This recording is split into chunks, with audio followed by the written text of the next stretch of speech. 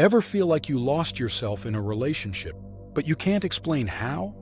That's not just in your head. That's the silent sabotage of a covert narcissist.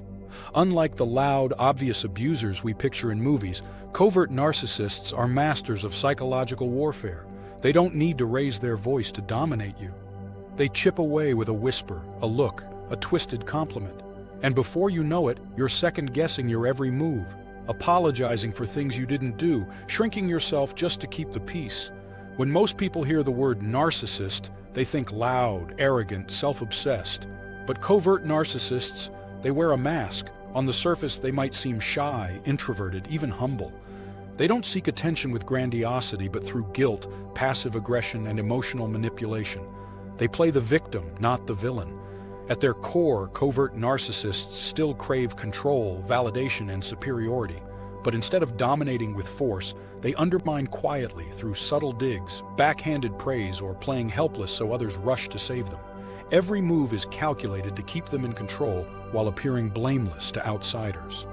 They may even come across as emotionally intelligent, thoughtful, or self-aware, but it's all a performance. Behind that carefully crafted exterior is the same inflated sense of entitlement, the same inability to take responsibility, and the same deep insecurity that drives all narcissistic behavior. The most dangerous part? Their abuse is nearly invisible. Friends, family, even therapists might think you're the problem because the covert narcissist is so nice, so supportive, so charming in public. That's why so many victims stay confused and in pain for years. The abuse isn't loud. It's subtle, consistent, and wrapped in manipulative kindness. At first it feels magical, like they really see you, like you finally found someone who understands your soul. That's the beginning of the idealization phase, the most deceptive and intoxicating stage of a covert narcissist's manipulation.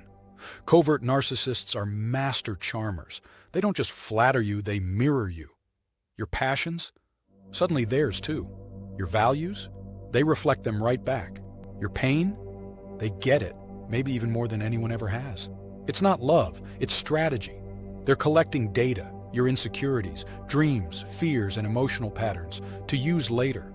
But in the moment, it feels like destiny. They build you up, put you on a pedestal, and make you feel chosen. That sense of emotional intimacy, it's deliberately crafted to make you feel safe and deeply attached. They might call you their soulmate after just weeks. They listen intently. They open up with stories that tug at your empathy. You're drawn in, not just emotionally, but psychologically. They make you feel needed, admired, and above all, special. But there's a catch. They're not admiring you. They're admiring the version of you that serves them best. The moment you challenge them, set a boundary, or express an independent opinion, that pedestal starts to wobble. You might notice a shift, a cold response, a silent treatment, a dismissive comment. By then, the emotional hook is set. You're invested in the connection, and you want that magical version of them back. That's how they keep you locked in, by giving you glimpses of the fantasy, then withdrawing it over and over again.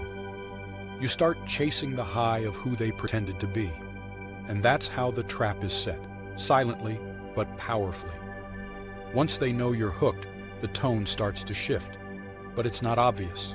There's no screaming, no insults, just tiny, deliberate jabs at who you are. This is the second phase, the slow erosion of your identity. It begins with subtle corrections. You misremember a date and they gently correct you, except they do it often and always with a smirk.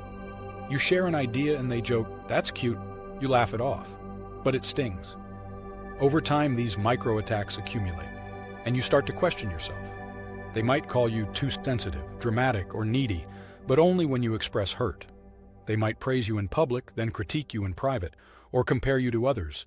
You're smart, but not like her. Every interaction is designed to plant one seed. You are not enough. They may disguise it as concern. "I'm just being honest. You need thicker skin." These phrases condition you to see their criticism as truth and your reactions as the problem.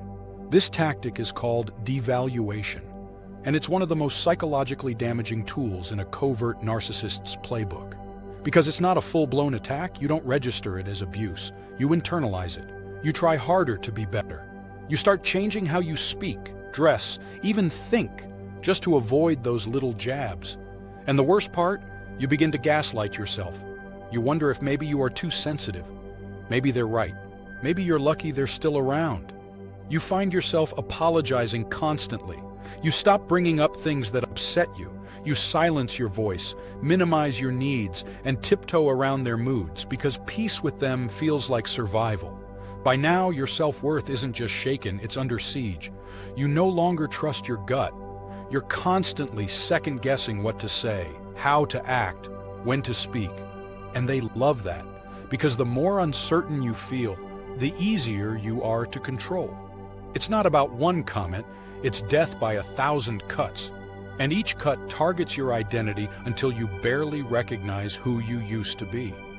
Now that your confidence is worn down and your identity is shaken, the covert narcissist turns to one of their most powerful tools, gaslighting. This is when the reality you once trusted begins to slip. And you don't even notice it happening because it feels like you're the one making mistakes. Gaslighting is when they distort facts, deny things they said, or twist your words to make you doubt your memory, your instincts, your entire perception of reality. You'll say, "That hurt me," and they'll reply, "You're imagining things," or worse, "I never said that." Over time, you stop trusting yourself. You'll find yourself apologizing even when you're not sure what you did wrong.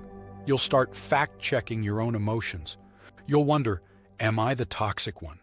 That fog you feel, that constant confusion, that's not random, it's designed. Covert narcissists thrive in that emotional haze because when you don't trust your own mind, you start relying on theirs.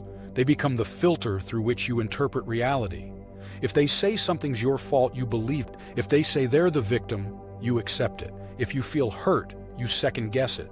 This dependency is not an accident, it's their control mechanism. It also creates what's known as cognitive dissonance. Your mind is torn between who they were during the idealization phase and who they are now. So you rationalize, excuse, minimize because the truth is just too painful. You might say things like, "They didn't mean it that way," or "They're just stressed." But deep down, a part of you knows something isn't right. And that part is slowly being drowned out by their manipulation. They may even accuse you of being unstable or toxic, turning the spotlight away from themselves and deepening your self-doubt. By keeping you disoriented, they make sure you don't leave. You're too confused, too self-doubting, too desperate for clarity that only they seem to offer. And that's the ultimate power play. Because the more you rely on them to define what's real, the more they control you, completely and invisibly. If this all sounds terrifyingly familiar, you might be wondering, how did I not see it? The answer is both painful and powerful. You didn't see it because you weren't supposed to. Covert narcissists are experts at disguising harm as love. They don't attack you outright. They blur lines between care and control, concern and criticism, attention and obsession. Every tactic is hidden inside a gesture that looks safe, even loving.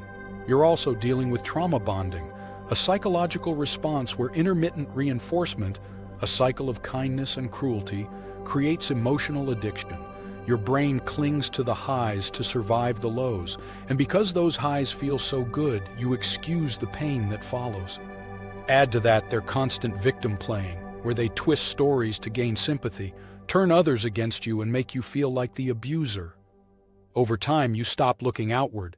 You stop asking questions. You go silent, thinking if you could just be better, things would go back to how they were. You don't recognize the pattern because you're trapped inside it, and they've worked hard to keep it that way. But the idealization phase was never real. It was a hook, and recognizing that is the first step back to clarity and to yourself. If any part of this resonated with you, I want you to know, you're not crazy and you're not alone. What happened to you wasn't your fault.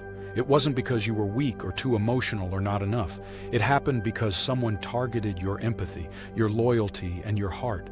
But the fact that you're here, seeking clarity, that means your awareness is growing. And awareness is the beginning of freedom. If you found this video helpful, please subscribe to my channel, give this video a like, and share it with someone who needs to hear this. See you in the next video.